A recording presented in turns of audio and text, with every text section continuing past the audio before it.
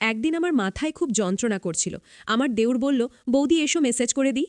যখন দেউর মেসেজ করল তখন আমি এত শান্তি পেলাম যে পুরো রাত যেন আমার কোনো হুঁশই ছিল না। তারপর আমি প্রত্যেক দিনই আমার দেউরকে দিয়ে মেসেজ করাতাম। আর ওই দিন আমার শরীরে তেল লেগেছিল। পরের দিন আমি ক্যামেরা লাগিয়ে দেউরকে দেখেছিলাম। যখন সকালে উঠলাম তখন ক্যামেরায় দৃশ্য দেখে আমি তো পুরো কেঁপে উঠলাম। আমার দেউর তো আমার সাথে কখনো কখনো আমরা সম্পর্কের সীমানার খেয়াল রাখি না। আর এই কারণের জন্যই আমাদের অনেক লোকসান হয়ে যায়। প্রত্যেকটা সম্পর্কের একটা সীমা থাকে। আর যদি মানুষ ওই সীমা পার করে যায় তাহলে সেই সম্পর্ক তার জন্য সমস্যা হয়ে দাঁড়ায়। আমার সাথেও কিছু এরকমই হতো। আমি একটা সম্বন্ধে আমার সীমারেখা পেরিয়ে গিয়েছিলাম। আর এজন্যই বলবাদী আমার ভাগ্য হয়ে দাঁড়িয়েছিল। যা কিছু আমার উপর দিয়ে বয়ে গিয়েছিল সেগুলো আমার পক্ষে ভুলে যাওয়া মুশকিল ছিল। গত কয়েকদিন ধরে আমার মাথা যন্ত্রণায় যেন ফেটে যাচ্ছিল। আর কোনো ওষুধ কাজও করছিল না। আমার রাতের বেলায় ঘুম না হওয়ারই সমান ছিল। আমি পুরো রাত জাগতাম আর ঘরের মধ্যে এখান থেকে ওখানে ঘুরে বেড়াতাম বা নিজের বিছানাতে এপাশ ওপাশ করতাম। আবেগের ছটফকানি আমাকে পাগল করে দিত। এজন্য আমার মাথায় যন্ত্রণা হতে থাকত। আমার দেউর সঞ্জয়, যে কিনা বয়সে আমার থেকে ছোট ছিল, সে আমার ভীষণ খেয়াল রাখত। আর আমরা দুজনে বেশ ভালোই মিশতে পারতাম। আমি ভুলেই গেছিলাম যে দেউর আর বৌদির সম্পর্ক ঠিক কীরকম হয়। অনেক রাত অবধি সে আমায় জেগে থাকতে দেখত। একদিন আমার কষ্ট দেখে বলতে লাগলো, বৌদি আমি তোমার মাথায় তেল মালিশ করে দিচ্ছি, তোমার যন্ত্রণা এক্ষুনি ঠিক হয়ে যাবে। তার কথা শুনে আমি হেসে ফেললাম। আমার মনে হলো যে সে এমনিই বলছে। আমি বললাম, আচ্ছা ঠিক আছে, লাগিয়ে দাও। সে তেল নিয়ে আসলো আর আমার মাথায় ভালোভাবে ম্যাসাজ করতে লাগলো। তার সাথে সে তার পুরো দিনের গল্প আমাকে শোনাতে লাগলো। তার আঙুলের দ্রুত ম্যাসাজ আমায় ভীষণ শান্তি দিচ্ছিল। আমার রোজ রাতে চা খাবার অভ্যেস ছিল। সঞ্জয় আমার জন্য চাও নিয়ে আসলো নিজের সাথে করে। মালিশ করার পর আমি সঞ্জয়ের সাথে চা খেলাম আর শুয়ে পড়লাম। আমার এমন ঘুম আসলো যে আমি একেবারে সকালবেলা উঠলাম। সত্যিকারের সঞ্জয়ের ম্যাসাজ এত যেন জাদু ছিল। আমি অনেক বেশি শান্তি অনুভব করছিলাম। অনেক দিন পরে আমার এরকম গভীর ঘুম আসলো। সকালবেলা উঠে যখন আমি স্নান করতে বাথরুমে গেলাম, আমি তখন ভীষণ অবাক হলাম যে আমার পুরো গায়ে কোথাও কোথাও তেল লাগানো। বোধহয় আমি ঘুমের ঘোরে নিজেই মাথার তেল এদিকে ওদিকে লাগিয়ে দিয়েছি। ঘুম পুরো হওয়ার কারণে আমার মাথার যন্ত্রণা চলে গিয়েছিল। এরপর আমি দিনভর কাজ করতে লাগলাম। আমার বিয়ের 1 বছর কেটে গেছে। আর এই 1 বছর আমি ভীষণ ভালোভাবে কাটিয়েছি। যখন আমি এই বাড়িতে বউ হয়ে আসলাম তখন আমার দেউর সঞ্জয়ের মাত্র 16 বছর বয়স ছিল। সঞ্জয়ের মধ্যে অনেক বেশি বাচ্চাও ছিল। আর সে একদম আমার ছোট ভাইয়ের মতোই লাগতো। আমার বর আমায় বলেছিল যে তার বাবা খুব তাড়াতাড়ি পৃথিবী থেকে চলে গেছে, যার জন্য সঞ্জয় তার বাবার ভালোবাসা পায়নি। তার মাও সঞ্জয়ের উপর আর ঘরের উপর অনেক কম ধ্যান দিতেন। আর আমার বর সুনীল এখানে তো থাকতেই না। এজন্য সুনীল আমাকে বলেছিল যে এখন সব থেকে বেশি আমি যেন সঞ্জয়ের খেয়াল রাখি। আমি তাকে কথা দিয়েছিলাম যে সঞ্জয়কে একদম নিজের বাচ্চার মতো রাখবো। আর আমি আমার কথা পুরো করেছিলাম। আমার সুনীল অন্য শহরে চাকরি করত।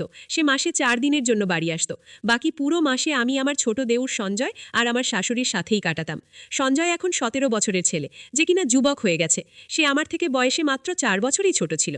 সে কলেজ থেকে আসার পরও বৌদি বৌদি করে আমার আগে পিছনে ঘুরত। সুনীলের এখানে না থাকার কারণে আমার বড় ছোট সব কাজ সঞ্জয়েরই দায়িত্বে ছিল। সঞ্জয় কলেজ থেকে আসার পর আমার কাজ করে দিত আর তারপর আমারই সাথে সময় কাটাতো। সঞ্জয়ের সাথে থাকতে থাকতে আমি একটা ব্যাপার অনুভব করেছিলাম যে সে সুনীলকে পছন্দ করত না। এমনকি তার কথা উঠলেও সে সেখানে চুপ করে যেত অথবা কথা বদলে দিত। আমি তার থেকে জানতে চাইতাম যে সুনীলের থেকে তার কিসের সমস্যা, কিন্তু আমি কখনোই এই প্রশ্নটা করতেই পারিনি।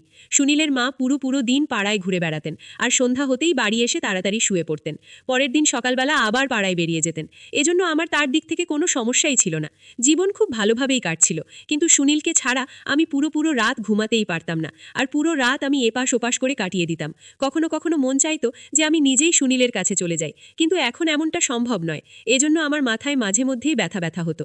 সঞ্জয় জানতো যে আমার মাথায় ব্যথা। এজন্য প্রথমে তো সে আমার জন্য ওষুধ নিয়ে আসতো, কিন্তু একদিন হঠাৎ সে বলল যে আপনি কতদিন আর ওষুধ খাবেন মাথা যন্ত্রণার? এর থেকে তো ভালো যে আমি আপনার মাথার ম্যাসাজ করে দিই, আপনি অনেক শান্তি পাবেন। আমি সঞ্জয়কে বললাম, ম্যাসাজ করার বদলে কিছুদিনের জন্য আমাকে নিজের দাদার কাছে পাঠিয়ে দাও, আমি নিজেই ঠিক হয়ে যাব। আমার কথা শুনে সঞ্জয় বলতে লাগলো, যদি আপনি চলে যান তো আমার কি হবে? আমি তো আপনাকে ছাড়া থাকতেই পারি না। তার কথা শুনে আমি জোরে জোরে হাসতে লাগলাম। সে আমার সাথে এভাবেই কথা বলতো। সত্যি সঞ্জয়ের সাথে থেকে আমার একটা অভ্যেস হয়ে গিয়েছিল। আমরা দুজনে দুজনে মাঝে মধ্যে ঘুরতে বাইরে চলে যেতাম। সে রাতের বেলা আমার জন্য আইসক্রিম নিয়ে আসতো, আর আমরা দুজন মিলে রাতভর একসাথে সিনেমা দেখতাম। আমি সঞ্জয়ের সাথে কেনাকাটা করতে যেতাম, তখন সে আমাকে অনেক মডার্ন আর ফ্যাশনেবল জামাকাপড় কিনতে বাধ্য করত। ঘরের মধ্যে তো সে আমাকে ওড়না গায়ে দিতেও দিত না। আমি যখনই ওড়না নিয়ে কাজ করতাম, তখন সে আমার গায়ের ওড়না টেনে একদিকে ফেলে দিত। সে বলতো, আপনি এটা এত গরমের মধ্যে কি করে পরে কাজ করেন? সে প্রত্যেকটা কথায় আমার অনেক বেশি চিন্তা করত। সে হালকা রঙের জামাকাপড় পরতে বেশি পছন্দ করত। এজন্য আমি যখনই তার সাথে বাজারে যেতাম, তখনই সে আমার জন্য হালকা রঙের কাপড় পছন্দ করত আর কেনাতো, আর তার সেলাইও ভীষণ ফ্যাশনেবল ভাবে করিয়ে আনতো। আমার জামাকাপড়ের ব্যাপারে তার অনেক রুচি ছিল। আমি প্রায় তাকে বলতাম যে তার বদ্য যে তার বর তাকে পছন্দ মতো জামাকাপড়ের ডিজাইন বানিয়ে দেবে। আমার কথা শুনে সে বলতো যে আপাতত আপনি ভীষণ সৌভাগ্যবতী যে আমি আপনার জন্য এত মেহনত করি। আর সত্যি আমি অনেক সৌভাগ্যবতী ছিলাম, কেননা আমাকে সে কখনো কোনো কাজের জন্য না বলতো না। সে আমার অনেক জামাকাপড়ে ডিপ করে ডিজাইন দেওয়া গলা বানাতো, বড় বড় পিঠের ডিজাইনও বানাতো, যেগুলো মাঝে মধ্যেই আমার কোমর পর্যন্ত চলে যেত। আর কামিজ এতটাই টাইট ফিটিং হতো যে কখনো কখনো তো নিঃশ্বাস নিতেও আমার কষ্ট হতো। কিন্তু সঞ্জয় এরকম জামাকাপড় ভীষণ পছন্দ করত। আমি ওকে আমার বাচ্চার মতো করে রাখতাম, এজন্য কখনোই তার পছন্দের জামাকাপড় পরার জন্য আমি না করতাম না। হালকা গোলাপি রঙের জামাকাপড় পরে আমি একদিন রান্নাঘরে কাজ করছিলাম। অনেক বেশি গরম ছিল সেদিন, আর আমার পুরো শরীর ঘামে ভিজে যাচ্ছিল, যার জন্য আমার জামাকাপড়ে যেন আমাকে পুরোপুরি দেখা যাচ্ছিল। আর আমি ওড়না ছাড়া তাড়াতাড়ি খাবার তৈরিতেই মগ্ন ছিলাম।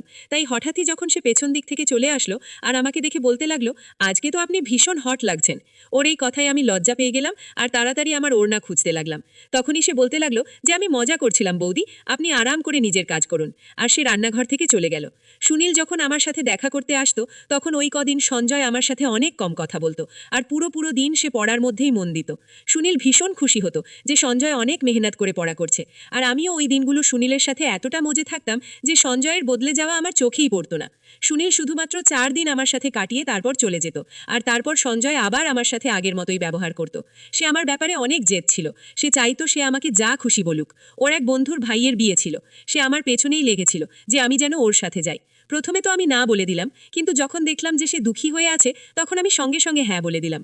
কিন্তু আমি এটাই ভাবছিলাম সে তার বন্ধুর ভাইয়ের বিয়েতে আমি গিয়ে কি করব। কিন্তু ওখানে গিয়ে আমি ভীষণ অবাক হলাম। ওর সমস্ত বন্ধুরা আমাকে ভীষণ ভালোভাবেই জানতো, আর এমনভাবে আমার সাথে কথা বলছিল যেন আমরা অনেকবার দেখা করেছি। ওরা বলল, সবসময় সঞ্জয় আপনার কথাই বলতে থাকে, আর সে আপনার ভীষণ প্রশংসা করে। তারা সবাই আমার সাথে আবার দেখা করার জন্য জেদ করতে লাগলো, ইচ্ছা প্রকাশ করতে লাগলো। ফেরার সময় আমি সঞ্জয়কে বললাম যে তুমি তোমার বন্ধুদের আমার ব্যাপারে কি কথা বলেছ যে সবাই আমাকে এত ভালোভাবে চিনে? সঞ্জয় বলতে লাগলো যে আপনি তো আমার সব কিছু, আমি তো সবসময় আপনার কথাই বলতে থাকি। ওই সময় সঞ্জয়ের কথার মানে আমি বুঝতে পারিনি, কিন্তু যেদিন আমি তার ওই কথার মানে বুঝতে পারি, আমার পায়ের তলা থেকে মাটি সরে গিয়েছিল। সঞ্জয় রোজ রাতে আমার মেসেজ করত, আর আমি আরাম করে ঘুমিয়ে যেতাম। কিন্তু যখন আমি আমার গায়ে পরের দিন জায়গায় জায়গায় তেলের দাগ দেখতাম, অবাক হয়ে যেতাম। আর এই জন্যই একদিন আমি ঘরের মধ্যে ক্যামেরা লাগালাম আর সঞ্জয়কে দিয়ে মাসাজ করাতে লাগলাম। মাসাজ করানোর কিছুক্ষণের মধ্যেই আমি প্রত্যেকবারের মতো ঘুমিয়ে পড়লাম। আর সকালবেলা উঠে যখন ক্যামেরার রেকর্ডিং দেখলাম, তো আমার নিঃশ্বাস প্রশ্বাস যেন বন্ধ হয়ে যাচ্ছিল। আমি ভাবতেও পারিনি যে সঞ্জয় আমার সাথে এরকম করতে পারে। আমি তো সঞ্জয়কে অনেক বেশি ভরসা করেছিলাম, আর তাকে আমি নিজের ছোট ভাই ভাবতাম। কিন্তু সে তো দেওর বৌদির সম্পর্কের সম্মান রক্ষা করতে পারল না। ভিডিওতে আমার ভালোভাবে মাসাজ করছিল, তারপর সে আমার জন্য চা বানিয়ে আনলো। আর চা খাওয়ার পর সঞ্জয় ঘর থেকে বেরিয়ে গিয়েছিল, আর আমি ঘুমানোর জন্য শুয়ে পড়েছিলাম। কিছুক্ষণ পরে আমার এত গভীর ঘুম এসে গেল, তখন সঞ্জয় দ্বিতীয়বার দরজা খুলে ঘরে আসলো। আর আমি দরজা খোলার আওয়াজেতে উঠিনি। সে ঘরে আসার পর ঘরের দরজা বন্ধ করে দিল আর আমার কাছে চলে আসলো। এরপর আমি যা কিছু দেখলাম, আমি নিজের চোখে বিশ্বাস করতে পারিনি। সঞ্জয় কিছুক্ষণ তো চুপচাপ বসেছিল, আমাকে সে দেখছিল। এরপর সে নিজের আঙুল দিয়ে আমার চেহারা ছুঁতে লাগলো। সে তার মোবাইল ফোন বের করে আমার অনেক ফটো তুলল, আর তারপর সে আস্তে আস্তে আমার শরীর থেকে কামিজ ছড়ালো। তেলের সেই শিশি যেটা সে মাসাজের জন্য এনেছিল, ঘরের মধ্যেই রাখা ছিল। সে নিজের হাতে তেল নীল আর আমার গায়ে মাসাজ করতে লাগলো। আমি জ্ঞান হারিয়ে ওর সামনেই পড়েছিলাম, আর সে আমার গায়ে নিজের হাত ঘোরাচ্ছিল। কিছুক্ষণ পরে আমাকে চুমু খেতে শুরু করল, আর তারপর সে নিজের সমস্ত সীমারেখা ছাড়িয়ে গেল। সে আমাদের মাঝে দাগ করানো সমস্ত আবরণের দেওয়ালকে ভেঙে দিয়েছিল। সে আবেগ সামলাতে না পেরে এতটাই এগিয়ে গেল যে কয়েক ঘন্টা পর্যন্ত সে আমার সাথে ছিল। আমি তার সামনে জ্ঞানহীন অবস্থায় ছিলাম, আর সে পুরোপুরি জোশপূর্ণ ছিল। বেশ কয়েক ঘন্টা আমার সাথে কাটানোর পর ও যেভাবে এসেছিল সেভাবেই ফেরত চলে গেল। সে আমার ইজ্জত খুব বাজেভাবে নষ্ট করে গেল, আর এটা দেখে আমার হৃদয় পর্যন্ত কেঁপে উঠল। আমি তো তাকে নিজের ভাই ভাবতাম, এই জন্য তার সাথে এত ভালোভাবে মেলামেশা করতাম। কিন্তু আমি কখনো জানতেই পারিনি যে ওর চরিত্রেই খারাপ ছিল। আমি আমার ঘরে বন্ধ ছিলাম যখন সে কলেজ থেকে আসলো। সে সোজা আমার ঘরে চলে আসলো, একদম আমার কাছে বসে বলতে লাগলো, বৌদি কি হয়েছে তোমার, শরীর ঠিক নেই? আমি গভীরভাবে তার দিকে তাকালাম আর ক্যামেরার রেকর্ডিং তার দিকে বাড়ালাম। সেটা দেখে সে কিছুক্ষণের জন্য তো চুপ করে গেল। এরপরে সে যা বলল সেটা শুনে পুরো আমার গায়ে শিহরণ জেগে গেল। সে হঠাৎ করেই নিজের ভালোবাসার কথা আমাকে বলতে লাগলো। সে বলতে লাগলো চিরদিনই ভালোবাসার জন্য অভাব বোধ করত। সে যখন আমি তার দিকে ধ্যান দেওয়া শুরু করলাম তখন তার ভালো লাগতে লাগলো। সে বুঝতে পারল যে তার জীবনের কেউ এমন আছে যে তাকে ভালোবাসে। ও বলছিল যে এবার ও আর আমার থেকে দূরে যেতে পারে না, আর এই জন্যই তার নজরে তার দাদার অস্তিত্ব খটকাতে লেগেছিল। যখনই সুনীল আসত সে নিজেকে ঘরের মধ্যে বন্ধ করে দিত, কেননা আমাদের দুজনকে সে একসাথে দেখতে চাইত না। সুনীলকে তো সে এভাবেই প্রথম থেকেই ঘৃণা করত, কেননা সুনীলের বাবা সুনীলকে অনেক ভালোবাসত, আর মরার আগে উনি এই ঘরটাও সুনীলের নামে লিখে দিয়েছেন। আমার আর সুনীলের তার হৃদয়ে কাঁটার মতো বিত্ত। তাই যখনই আমার জন্য সে কেনাকাটা করত সে ইচ্ছে করেই আমার জন্য এই ধরনের জামাকাপড় কেনাত, যাতে আমাকে সে পরিষ্কারভাবে দেখতে পারে। সে হালকা রং পছন্দ করত না, বরং হালকা রঙের মধ্যে দিয়ে উকি দেওয়া আমার দেহাকর্ষণ তাকে আকৃষ্ট করত। সে বলতো যে সে সৌন্দর্যে আহত হয়েছে, সে শুধু আমাকে পেতে চাইত। সে নিজের আবেগকে কাবুতে রাখতে পারছিল না। যখন সে আমাকে রাতভর জাগতে দেখত এই কথাটা তাকে ভীষণ অস্বস্তিতে ফেলত, যে আমি তার দাদার কথা ভেবে জেগে আছি। ওর ইচ্ছে ছিল আমি যেন তার জন্য জেগে থাকি, আর জীবনভর যেন তার সাথে থাকি। সে নিজের দাদার থেকে আমাকে আলাদা করতে চেয়েছিল আর নিজের কাছে আনতে চাইত। এই জন্য সে আমার মেসেজ শুরু করে, যাতে আমি শান্তি পাই। আর সে আমার চায়ে ঘুমের ওষুধ মিশিয়ে আনত। আর যখন তার বিশ্বাস হতো যে আমি গভীরভাবে ঘুমিয়ে গিয়েছি তখনই সে আমার ঘরে চলে আসত আর নিজের পিপাসা চলে যেত। সে নিজের বন্ধুদেরও ওই কথাটা বলেছিল যে সে আমাকে ভালোবাসে, আর ওর বন্ধুরাই ওকে এই ধরনের পরামর্শ দেয়। সঞ্জয় আর তার বন্ধুরা বয়ঃসন্ধির দরজায় উপস্থিত ছিল, এই জন্য তারা ঠিক আর ভুল কি সেটা বুঝতে পারত না। আমার ইজ্জত নিয়ে বসেছিল সে। সঞ্জয়ের কথা শুনে তো আমার চোখ দিয়ে জল বেরিয়ে আসলো। সে এই সমস্ত করে ফেলেছিল, আর আমি ছিলাম তার দাদার বউ, আর সে আমার বিছানা পর্যন্ত এসে গেছিল। আমি লজ্জায় জল হয়ে যাচ্ছিলাম।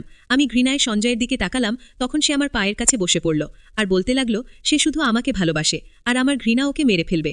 বাবার ছেড়ে চলে যাওয়ার সাথে সাথে সে নিজের মায়ের অদ্ভুত উদাসীন্য সহ্য করতে পারেনি। সে বলতে লাগলো তার মাও কখনো তার আবেগ আর তার ইচ্ছের খেয়াল রাখত না। তার বদলে তার মা গোটা পাড়ায় ঘুরে বেড়াত, আর তাই সে পুরোপুরি একাকিত্বের হয়েছিল। যখন আমি এই বাড়িতে আসলাম তখন তার একাকিত্ব দূর হলো। সে নিজে নিজেই আমার সাথে মিলেমিশে গিয়েছিল।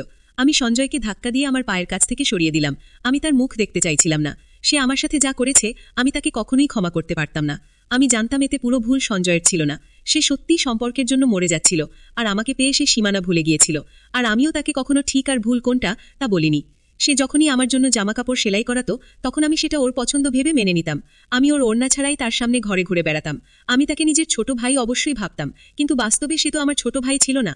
তার আর আমার সম্পর্ক ছিল দেওর বৌদির, আর আমি এই ব্যাপারটাই খেয়াল করিনি। কালকার দিনে যেখানে ১৩ বছরের বাচ্চাও পুরো সব কথাই জানতে পারে, আমি কি করে ভেবে নিলাম যে আমার ১৭ বছরের দেওর একটা ছোট বাচ্চা হবে। আমি তাকে বললাম এটাই ভালো হবে যে তুমি আমার থেকে দূরত্ব বজায় রাখবে, আর আমাকে নিজের চেহারাও দেখাবে না। আমার পক্ষে এবার তার সাথে একই ছাদের নিচে থাকা মুশকিল হয়ে গিয়েছিল। সে বলতে লাগলো যে এই কথাটা যেন তার দাদাকে আমি না বলি। আমার মধ্যে তো নিজে থেকেই এতটা ক্ষমতা ছিল না যে আমি সুনীলকে এত বড় সত্যিটা বলবো। সে ভীষণ লজ্জিত ছিল, আর সে নিজের ঘরে চলে গেল। কিন্তু আমি নিজের নজরেই নেমে গিয়েছিলাম। আমি সঙ্গে সঙ্গে সুনীলকে ফোন করলাম। তাকে বললাম এবার আমি তাকে ছাড়া থাকতে চাই না। হয় সে নিজে এখানে চলে আসুক, আর না হয় আমাকে তার কাছে ডেকে নিক। আমার কথা শুনে সুনীল প্রথমে তো অবাক হয়ে গেল যে আমার হঠাৎ করে কি হলো, কিন্তু যখন আমি বারবার বলতে লাগলাম তখন সে বলল সে তাড়াতাড়ি আমাকে তার কাছে ডেকে নেবে। সে কিছু সময় চাইছিল যাতে আমার থাকার সে ব্যবস্থা করতে পারে, আর নিজের মায়ের সাথেও সে সেই ব্যাপারে কথা বলবে। আমি সুনীলকে বললাম যে সে ১৫ দিনের মধ্যেই যেন আমাকে নিজের সাথে নিয়ে যায়, না হলে আমি চিরজীবনের জন্য ঘর ছেড়ে চলে যাব। সুনীল আমাকে কথা দিল যে সে ১৫ দিনের মধ্যেই আমাকে নিজের সাথে নিয়ে যাবে। আমি এই ১৫ দিন নিজেকে ঘরের মধ্যে বন্ধ করে কাটিয়েছি। আমি সেসব পুরোপুরি ভুলে যেতে চাইতাম। আমার শাশুড়ির এখনো পর্যন্ত ঘরের সম্পর্কে কোনো পুষ নেই। তার নিজের ঘরের থেকে বেশি পাড়ার চিন্তা থাকে। যদি সে অন্যের খোঁজে না থেকে নিজের সন্তানের খেয়াল রাখত তাহলে সঞ্জয় এরকম করত না। সে শিকার হয়ে নিজের রাস্তা থেকে হারিয়ে গিয়েছিল। প্রত্যেকটা সম্পর্কের একটা সীমা থাকে, আর আমি আমার আর সঞ্জয়ের সম্পর্কে সেই সীমানাটা ভুলে গিয়েছিলাম, আর আজকে তারই ফল আমাকে ভোগ করতে হচ্ছে। আমি আমার সমস্ত পুরনো জামাকাপড় জ্বালিয়ে দিয়েছি। এবার আমি বুঝতে পেরেছি যে আমি এই বাড়িতে একজন বাইরের মানুষের সাথে আছি, আর আমাকে নিজেকে এবার থেকে আড়ালে রাখতে হবে। কখনো কখনো আমরা অনেক ব্যাপার ছোট ভেবে নিই, কিন্তু সেগুলো এতটাও ছোট হয় না যতটা নজরে মনে হয়। আজ আমি আমার ওড়নার দামের কথা অনুভব করলাম যে সেটা কত দামি, যখন কিনা আমি প্রায় ধ্বংস হয়ে গিয়েছি। যারা এই গল্পটি শুনছেন আপনাদেরকে আমি এটাই বলতে চাই যে নিজেকে সাবধানে রাখুন।